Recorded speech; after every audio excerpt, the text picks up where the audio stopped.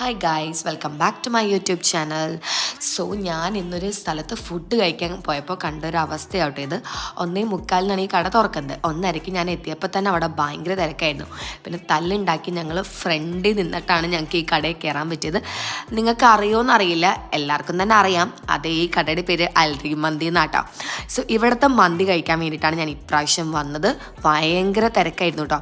ഞങ്ങൾ എന്നിട്ട് എങ്ങനെയോ കഷ്ടപ്പെട്ട് ഫസ്റ്റ് റൗണ്ടിൽ തന്നെ കയറിയിരുന്നു.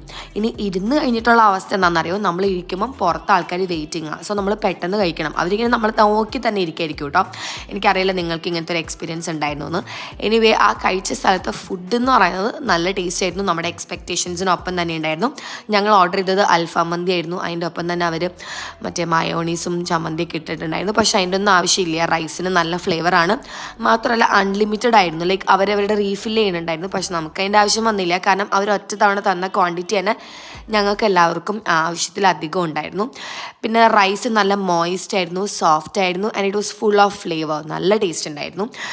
നിങ്ങളിത് ടേസ്റ്റ് ചെയ്തിട്ടോ നിങ്ങളിത് കഴിച്ചിട്ടുണ്ടെങ്കിൽ ഒന്ന് കമൻറ്റ് ചെയ്യണേ. എന്നിട്ട് നിങ്ങൾക്ക് ഇഷ്ടപ്പെട്ടോ ഈ എക്സ്പീരിയൻസ്, എങ്ങനെ നിങ്ങൾ എൻജോയ് ചെയ്തൊന്ന് പറയണേ. കാരണം ചില ആൾക്കാർക്ക് ഇങ്ങനെ ടേസ്റ്റ് ചെയ്യുന്നത് ഇഷ്ടമായിരിക്കും, ബട്ട് ചില ആൾക്കാർക്ക് ഇത്രയും ബിസി ആയിട്ടുള്ള സ്ഥലത്ത് കുറച്ച് പാടായിരിക്കും. അപ്പോൾ കമൻറ്റ് ചെയ്യണം, ലൈക്ക് ചെയ്യണം, സബ്സ്ക്രൈബ് ചെയ്യണം. Tata, bye bye, see you അടുത്ത വീഡിയോ.